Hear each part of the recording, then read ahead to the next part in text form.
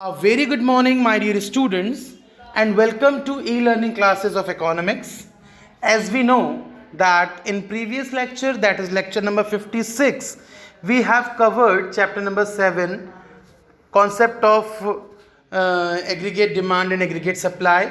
And in this lecture, that is lecture number 57, we are going to start your new chapter, chapter number 8, short run equilibrium output. और इस chapter से we are going to cover the topic concept of short run and equilibrium output GDP, AS AD approach, SI approach. बेटा ये दोनों approaches board point of view से काफ़ी important हैं. 4 या 6 नंबर का क्वेश्चन आपको इन अप्रोचेस में से मिलता है. नाउ सबसे पहले शॉर्ट रन और इक्विलिब्रियम आउटपुट क्या होता है. अगर हम केनिशियंस के वर्ड में देखें सो इकोनॉमी में 1-to-1 रिलेशनशिप होती है आउटपुट और एम्प्लॉयमेंट टेक्नोलॉजी के बीच में. एम्प्लॉयमेंट और आउटपुट दोनों के बीच में 1-to-1 रिलेशन होती है और टेक्नोलॉजी को हम कांस्टेंट रखते हैं, राइट. और इसके अकॉर्डिंग हमारा जो जीडीपी है वो इंक्रीज़ नहीं हो सकता जब तक हमारी फुल एम्प्लॉयमेंट की सिचुएशन ना आ जाए. This is basically short run is. Now what is equilibrium output. Equilibrium output imply करता है उस सिचुएशन को when your aggregate demand is equals to aggregate supply और when income equals to aggregate demand. When your AS equals to AD, जब आपका AS AD के equal होता है या आपकी इनकम AD की इक्वल होती है, then that is the point of equilibrium output. Now इसी में से आपको टॉपिक मिला है X and saving, X and investment, X post saving and X post investment. X and saving क्या होता है बेटा. It refers to desired savings or planned savings during the period of 1 year. 1 year के period में जो आप desired saving या plan saving करते हैं वो एक्स एंड सेविंग कहलाती हैं.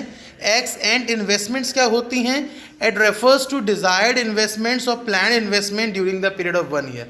1 ईयर के पीरियड में जो आपकी डिज़ायर्ड इन्वेस्टमेंट्स हैं वो एक्स एंड इन्वेस्टमेंट में आती हैं. एक्स पोस्ट सेविंग क्या होता है. It refers to actual saving in the economy during the period of an year. एक ईयर में क्या आपकी टोटल सेविंग्स हैं, एक्चुअल सेविंग्स, वो एक्सपोज सेविंग में आती हैं. और एक्सपोज इन्वेस्टमेंट क्या होता है. It refers to actual investments in the economy during the period of 1 year. एक 1 ईयर के पीरियड में आपकी कितनी एक्चुअल इन्वेस्टमेंट्स हैं वो आपकी एक्सपोज इन्वेस्टमेंट में आती हैं. Now ASAD approach. Directly we are coming to ASAD approach. Equilibrium level GDP और शॉर्ट रन क्लियर हो गया. Now ASAD approach. According to this approach equilibrium GDP और equilibrium income is achieved when AS equals to AD. जब हमारा AS AD के equal होता है उस टाइम पर हमको जब इक्विलिब्रियम अचीव होता है that is the ASAD approach. पहले हम AS को समझ लेते हैं एक बार कि AS क्या है. AS आपका कांस्टेंट लाइन दिखाई है क्योंकि AS इक्वल्स टू Y हम एज्यूम कर चुके हैं. जितना आपका इनकम है उतनी ही हमारी एग्रीगेट सप्लाई है क्योंकि बेटा एक चीज़ को हमें कांस्टेंट रखना ही पड़ेगा just to get the answer from ASAD approach. AS का मतलब क्या होता है. It refers to planned output in the economy as described in the previous chapter.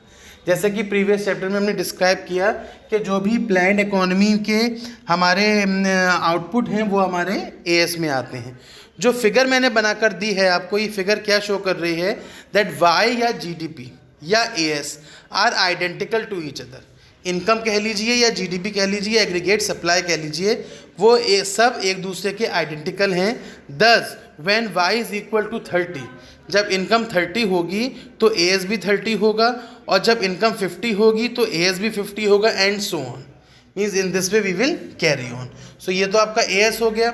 अब AD देखिए. AD refers to desired expenditures और planned expenditures in the economy during the accounting year. एक accounting year में क्या आपका desired expenditure है या क्या आपका प्लान्ड एक्सपेंडिचर है वो आपका कहलाता है एग्रीगेट डिमांड. एग्रीगेट डिमांड के 2 कंपोनेंट्स होते हैं, एक डिज़ायर्ड कंजम्पशन एक्सपेंडिचर और एक डिज़ायर्ड इन्वेस्टमेंट एक्सपेंडिचर्स. अब आप देखिए फिगर बनी हुई है. जो फिगर आपको AD का सिग्निफाई करेगी. Y आपने ले लिया 0, 20, 30, 40. कंजम्पशन ले लिया 30, 40, 50, 60. इन्वेस्टमेंट कांस्टेंट ले लिया 20, 20, 20, 20. और AD कैसे आएगा. C plus I equals to AD. मतलब कंजम्पशन में आप इन्वेस्टमेंट प्लस करते चले गए तो आपको एग्रीगेट डिमांड मिल जाएगा. ये ग्राफ क्या शो करता है कि C and I are combined to get AD function. जब हम कंजम्पशन और इन्वेस्टमेंट को कंबाइन करेंगे तो हमें AD फंक्शन मिल जाएगा। Constant value of I is 20। I की वैल्यू क्या है 20 है। जब हम इसको डिफरेंट वैल्यूज में ऐड करेंगे तो हमें C प्लस I मिलता चला जाएगा। एग्जाम्पल, अगर I 20 है, C 30 है, तो C प्लस वाई कितना होगा 50 होगा। This is when y equals to 0। जब आपकी इनकम 0 है तो आपका ये पॉइंट आएगा। उसी तरीके से जब y आपका 100 है, कंजम्पशन आपका 80 है, इन्वेस्टमेंट आपका 20 है, तो C plus I equals to 100। ये इस ग्राफ की हेल्प से ये नरेशन हम समझ सकते हैं। Now equilibrium GDP tabular presentation, जो जीडीपी का इक्विलिब्रियम है उसका टेबुलर प्रेजेंटेशन देखिए। इनकम दी है आपको करोड्स में 0, 20, 40, 60, 80, 100, 120, 140। आपका करोड्स में कंजम्पशन दिया है 30, 40, 60, 50, 30, 40, 50, 60, 70, 80, 90, 100। Same way your investment is there 20, 20, 20, 20, 20, that is constant. Now C plus I equals to AD 50, 60, 70, 80, 90, 100, 110, 120. This is your aggregate demand. अब देखिए हम पहले ही इनकम को एग्रीगेट सप्लाई के इक्वल मान चुके हैं। सो y इक्वल्स टू AS है। पॉइंट 100 देखिए, जहां आपका y 100 है, उस पॉइंट पे आपका एग्रीगेट डिमांड भी 100 है।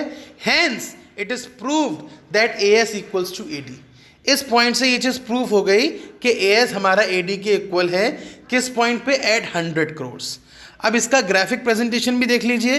ग्राफिक प्रेजेंटेशन में भी यही है कि 100 पॉइंट पर आपका इनकम और कंजम्पशन जो कि हमारा AD है वो किसके इक्वल आ रहा है? Aggregate demand equals to aggregate supply या फिर Y इनकम के इक्वल। ये ग्राफ आपको क्या शो करता है कि AD equals to C plus I. देखिए AD equals to C plus I. Okay क्या है? Minimum level of expenditure. 45 is the line of reference which is showing y equals to aggregate supply. Equilibrium point E पे struck हुआ जहां AS equals to AD है। EL is desired AD as well as desired AS। Means सारे points आपको clear हो गए। I think graph भी समझ आ गया होगा और ये भी समझ आ गया होगा कि AS AD अप्रोच होता क्या है। Now what happens if AS is greater then AD? अगर AS AD से ग्रेटर है तो क्या होगा? सिंपल सी बात है, if When it is more than AD, अगर AS आपका AD से ज़्यादा है, then supply of goods and services in the economy tends to exceed their demand. जो सप्लाई है गुड्स एंड सर्विसेज की वो इकोनॉमी में अपनी डिमांड से ज़्यादा हो जाएगी। As a result some of the goods would remain unsold, और जिसकी वजह से कुछ गुड्स अनसोल्ड रहेंगे। सिंपल सी बात है ना। What happens if AS is less than AD? अगर AS हमारा एग्रीगेट सप्लाई एग्रीगेट डिमांड से लेस देन है तो क्या होगा? When AS is less than AD, supply of goods and services in the economy be like their demand, less than their demand. और जो हमारा एग्जिस्टिंग स्टॉक है वो आसानी से सोल्ड आउट हो जाएगा और कुछ लोगों की डिमांड अनफुलफिल्ड भी रह जाएंगी। तो ये क्वेश्चन आपका 1 मार्क में या 3 मार्क में आ सकता है। What happens if AS is greater than AD or when AS is smaller than AD? Now comes your SI approach. Although AS AD approach थोड़ी लंबी थी, AS AD में से ही निकलती है आपकी SI अप्रोच। कभी 3 मार्क्स में SI अप्रोच आ जाती है, कभी 4 मार्क्स में AS AD अप्रोच आ जाती है। SI अप्रोच क्या होता है? When saving equals to investment. जब सेविंग इन्वेस्टमेंट की इक्वल आती है। बहुत सिंपल सी बात है बेटा, सेविंग इन्वेस्टमेंट की इक्वल तभी आएगी जब एग्रीगेट डिमांड एग्रीगेट सप्लाई के इक्वल होगी, राइट। एस फंक्शन क्या होता है? The functional relation of income. S is positively related to Y, S Y के पॉजिटिवली रिलेटेड होगा, राइट। और आई फंक्शन क्या है? It is the independent of the level of income. ये हॉरिजॉन्टल स्ट्रेट लाइन होती है, ये कांस्टेंट रहता है। अगर मैं इक्विलिब्रियम जीडीपी या इनकम देखूं उसका टेबुलर प्रेजेंटेशन, तो इनकम देखिए आपकी वही सेम ग्राफ है AS AD वाला। कंजम्पशन आपने देख लिया। अब सेविंग क्या होती है? सेविंग होती है इनकम माइनस कंजम्पशन। मैंने आपको पिछले चैप्टर में भी यही बताया था कि इनकम में से कंजम्पशन माइनस कर दीजिए, आपकी सेविंग आ जाएगी। देखिए पॉइंट आपकी इन्वेस्टमेंट कौन सी है? 20, सेविंग -30, -20, -10, 0, 10, 20। 100 पॉइंट पर ही आपका इनकम और वो आपका इन्वेस्टमेंट और सेविंग एक दूसरे के इक्वल है। When your income is 100, that is when your y is 100 means AS is 100 means AD is 100. So when AS is equals to AD, then at that point your S equals to I.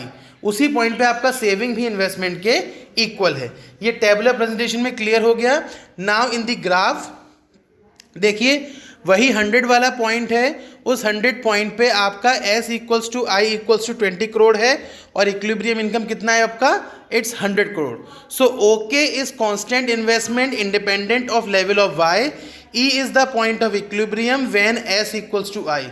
E आपका point of equilibrium है जब आपका S equals to I है. OT is the equilibrium income और equilibrium GDP. OT क्या है आपका? equilibrium income है या equilibrium GDP है, right? So today in this lecture we covered short run, equilibrium GDP, ASAD approach and SI approach. ये चारों टॉपिक्स क्लियर हो गए. इन टॉपिक्स के बेस पे you are able to do this assignment, that is assignment number 57, जिसका पहला question कहता है define the term short run. Short run क्या होता है वो एक्सप्लेन करेंगे. इक्विलिब्रियम जीडीपी क्या इंप्लाई करता है वो एक्सप्लेन करेंगे. एक्स एंड सेविंग क्या होती हैं, you have to tell what do mean by ex post saving, difference between ex ante saving and ex post saving. Ex ante और एक्स पोस्ट सेविंग में डिफरेंस बताएंगे. डिफाइन एडी, एडी को define करेंगे. What happens if AS is greater than AD and what happens when AS is smaller than AD, right? So these are the questions you can answer with the help of this video. All right, so that completes your approximately half chapter, ASAD approach, SI approach, short run equilibrium output and aggregate demand, equilibrium level, right? That's all from this lecture. Thank you.